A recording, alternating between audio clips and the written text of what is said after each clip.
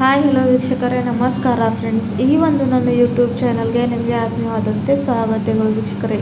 ಈ ಒಂದು ಕಾಲದಲ್ಲಿ ನಾವು ಎಲ್ಲರದಲ್ಲಿ ಕಾಣುವಂಥ ಒಂದು ಕಾಮನ್ ಪ್ರಾಬ್ಲಮ್ ಅದು ಬಂದು ವೀಕ್ಷಕರೇ ವೈಟ್ ಪ್ರಾಬ್ಲಮ್ಸ್.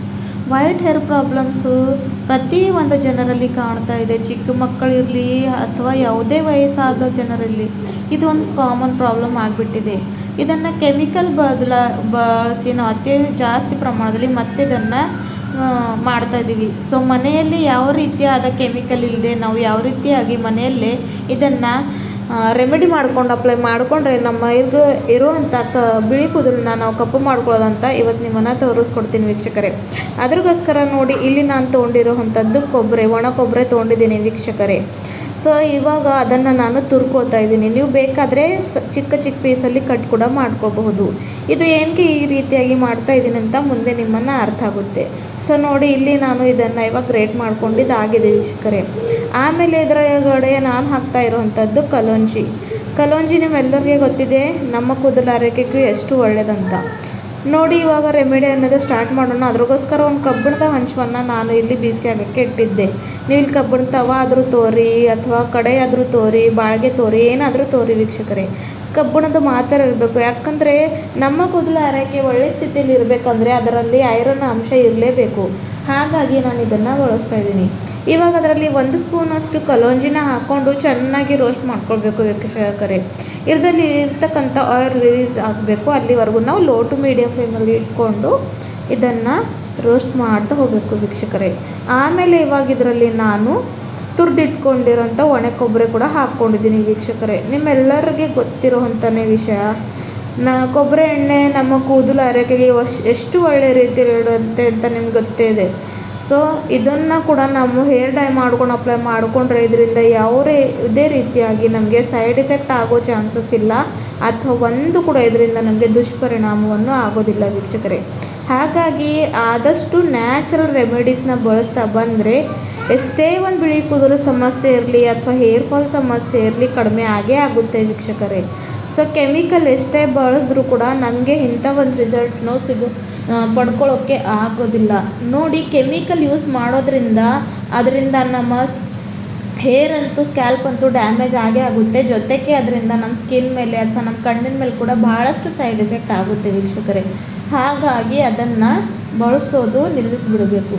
ಇವಾಗ ನೋಡಿ, ನಾನು ಇದನ್ನು ಚೆನ್ನಾಗಿ ರೋಸ್ಟ್ ಮಾಡ್ಕೋತಾ ಇರ್ತೀನಿ. ಇದು ಪೂರ್ತಿ ಎರಡು ಸಹ ಚೆನ್ನಾಗಿ ಆಯಿಲ್ ರಿಲೀಸ್ ಮಾಡಿ ಪೂರ್ತಿ ಕಪ್ಪು ಬಣ್ಣಕ್ಕೆ ತಿರುಗಬೇಕು. ಅಲ್ಲಿವರೆಗೂ ಇದೇ ರೀತಿಯಾಗಿ ನಾವು ರೋಸ್ಟ್ ಮಾಡ್ತಾ ಹೋಗಬೇಕು ವೀಕ್ಷಕರೇ. ರಿಸಲ್ಟ್ ಮಾತ್ರ ನಿಮಗೆ 100% ಸಿಗುತ್ತೆ ವೀಕ್ಷಕರೇ, ಅದರಲ್ಲೇನು ಡೌಟೇ ಇಲ್ಲ. ಯಾಕಂದರೆ ಅಷ್ಟೊಂದು ಪವರ್ಫುಲ್ ಹಾಗೂ ನ್ಯಾಚುರಲ್ ಆದಂಥ ರೆಮಿಡಿ ಇದೆ. ಸೊ ಇಲ್ಲಿ ನೀವು ನೋಡ್ತಾ ಇದ್ದಂಗೆ ವೀಕ್ಷಕರೇ, ಎರಡಲ್ಲಿ ಕೂಡ ಇವಾಗ ಆಯಿಲ್ ರಿಲೀಸ್ ಆಗೋಕ್ಕೆ ಸ್ಟಾರ್ಟ್ ಆಗಿದೆ.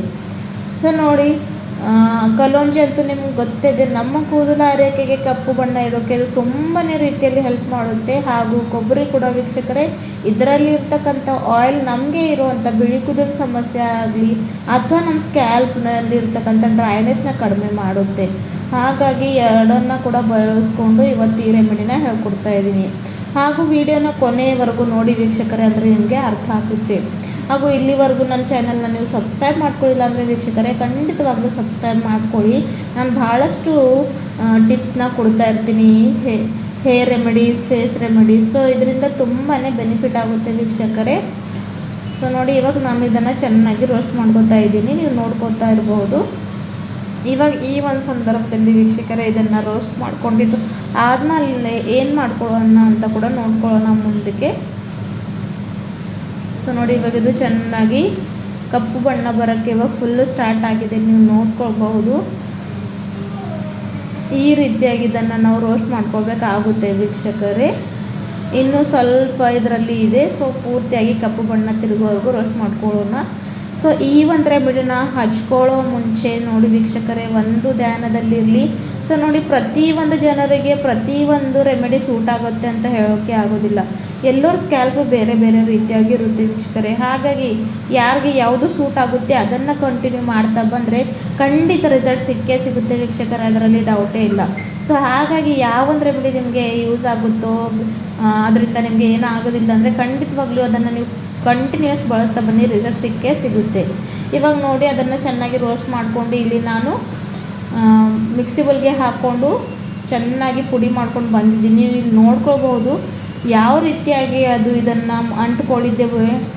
ಸೊ ನೋಡಿ ಎಷ್ಟು ಬೆಸ್ಟ್ ಆಗಿರುವಂಥ ಈ ಒಂದು ರೆಮಿಡಿ ಇದೆ. ಇಲ್ಲಿ ನೋಡ್ಕೋಬಹುದು ಎಷ್ಟು ಕಪ್ಪಿರುವಂಥ ಎಣ್ಣೆ ಇದರಲ್ಲಿ ಬರ್ತಾಯಿದೆ ವೀಕ್ಷಕರೇ.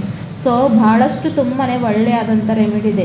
ಸೊ ಈ ವೀಕ್ಷಕರೇ ಇದನ್ನು ಹಚ್ಕೊಂಡು ನೀವು ಮಿನಿಮಮ್ 2 ಗಂಟೆಗಳ ಕಾಲ ಇಟ್ಕೊಂಡು ಆಮೇಲೆ ತಲೆ ಸ್ನಾನವನ್ನು ಮಾಡ್ಕೊಳ್ಳಿ. ಇಲ್ಲ ಅಂದರೆ ನೈಟ್ ಮಲ್ಗೋವಾಗೂ ಹಚ್ಕೊಂಡು ಆಮೇಲೆ ನೆಕ್ಸ್ಟ್ ಡೇ ಕೂಡ ತಲೆ ಸ್ನಾನ ಮಾಡಿದ್ರೆ ನಡೆಯುತ್ತೆ. ಯಾಕಂದರೆ ಇದು ಒಂದು ನ್ಯಾಚುರಲ್ ಡೈ ಇದ್ದಂಗೆ ವೀಕ್ಷಕರೇ. ಇದರಿಂದ ನಿಮಗೆ ಯಾವುದೇ ರೀತಿಯಾದ ಸೈಡ್ ಎಫೆಕ್ಟು ಆಗಲ್ಲ. ಸೊ ನಿಮಗೆ ನಾಳೆ ತಲೆ ಸ್ನಾನ ಮಾಡಬೇಕಾದ್ರೆ ಇವತ್ತು ನೀವು ಇದನ್ನು ಅಪ್ಲೈ ಮಾಡ್ಕೊಳ್ಬೋದು. ಆಮೇಲೆ ನಾಳೆ ನಾರ್ಮಲ್ ವಾಟರಿಂದ ತಲೆ ಸ್ನಾನವನ್ನು ಮಾಡ್ಕೊಳ್ಬೋದು. ಸೊ ಇದರಲ್ಲಿ ವೀಕ್ಷಕರೇ ನಾನು ಸಾಸಿವೆ ಎಣ್ಣೆನ ಹಾಕ್ತಾಯಿದ್ದೀನಿ. ನೀವು ಬೇಕಾದರೆ ಕೊಬ್ಬರಿ ಎಣ್ಣೆ ಅಥವಾ ಯಾವ ಹೇರ್ ಆಯಿಲ್ನ ನೀವು ಹಚ್ಕೊಳ್ಳೋಕ್ಕೆ ಬಳಸ್ತಿರಲ್ವ ಅದು ಹಾಕ್ಕೋಬೋದು. ಸೊ ವೀಕ್ಷಕರೇ ಇದನ್ನು ಹಚ್ಕೊಂಡು ಒಂದು ಫುಲ್ ನೈಟ್ ಇಟ್ಟರು ಕೂಡ ಏನೂ ಆಗೋದಿಲ್ಲ. ಇಲ್ಲಾಂದರೆ 1-2 ಗಂಟೆಗಳ ಕಾಲ ಇಟ್ಕೊಂಡು ಆಮೇಲೆ ನಾರ್ಮಲ್ ವಾಟರಿಂದ ತಲೆ ಸ್ನಾನವನ್ನು ಮಾಡ್ಕೊಳ್ಳಿ. ಆದರೆ ಒಂದೇ ಸಲ ಮಾಡೋಕ್ಕೆ ಹೋಗಬೇಡಿ ವೀಕ್ಷಕರೇ. ನೀವು ಎಷ್ಟು ಸಲ ತಲೆ ಸ್ನಾನವನ್ನು ಮಾಡ್ಕೊಳ್ತೀರಲ್ವ ಆ ಒಂದು ಟೈಮ್ನಲ್ಲಿ ಈ ರೀತಿಯಾಗಿ ಮಾಡ್ಕೊಂಡು ಅಪ್ಲೈ ಮಾಡ್ಕೊತ ಬಂದರೆ ಸ್ವಲ್ಪ ದಿನಗಳ ನಂತರ ನಿಮಗೆ ಇರುವಂಥ ಬಿಳಿ ಕೂದಲು ಸಮಸ್ಯೆ ಖಂಡಿತವಾಗ್ಲೂ ಕಡಿಮೆ ಆಗೇ ಆಗುತ್ತೆ ವೀಕ್ಷಕರೇ. ಯಾಕಂದರೆ ನೋಡಿ ಇಲ್ಲಿ ನಾನು ಯಾವುದೇ ರೀತಿಯಾದಂಥ ಕೆಮಿಕಲ್ ಬಳಸಲಿಲ್ಲ. ಬರೀ 2 ನ್ಯಾಚುರಲ್ ಇಂಗ್ರೀಡಿಯೆಂಟ್ಸ್ನ ತೊಗೊಂಡು ಈ ಒಂದು ರೆಮಿಡಿನ ಹೇಳ್ಕೊಟ್ಟಿದ್ದೀನಿ. ಸೊ ಖಂಡಿತವಾಗ್ಲೂ ಇದನ್ನು ನೀವು ಯೂಸ್ ಮಾಡಲೇಬೇಕು. ಸೊ ನೋಡಿ ಇವಾಗ ನಾನು ಇದನ್ನು ನಿಮಗೆ ತೋರಿಸ್ತಾ ಇದ್ದೀನಿ. ನಾನು ನೀರು ಹಾಕಿ ಎಷ್ಟು ವಾಶ್ ಮಾಡಿದ್ರೂ ಕೂಡ ಹೋಗ್ತಾ ಇಲ್ಲ. ಸೊ ನೋಡಿ ವೀಕ್ಷಕರೇ ಯಾವಾಗಲೂ ಕೂಡ ರೆಮಿಡಿ ಅಪ್ಲೈ ಮಾಡಿದ ಮೇಲೆ ಶಾಂಪೂನ ಬಳಸೋಕ್ಕೆ ಹೋಗಬಾರ್ದು. ಬರೀ ನಾರ್ಮಲ್ ವಾಟರಿಂದ ತಲೆ ಸ್ನಾನವನ್ನು ಮಾಡ್ಕೋಬೇಕು. ಸೊ ಕಂಟಿನ್ಯೂಯಸ್ ಆಗಿ ಇದನ್ನು ಬಳಸ್ತಾ ಬಂದರೆ ನಿಮಗೆ ರಿಸಲ್ಟ್ ಸಿಕ್ಕೇ ಸಿಗುತ್ತೆ ವೀಕ್ಷಕರೇ. ಮತ್ತೆ ಸಿಗೋಣ ಮುಂದಿನ ವೀಡಿಯೋದಲ್ಲಿ. ಫುಲ್ ವೀಡಿಯೋ ನೋಡಿದ್ದಕ್ಕೆ ತುಂಬ ಧನ್ಯವಾದಗಳು. Take care. ಬಾಯ್ ಬಾಯ್.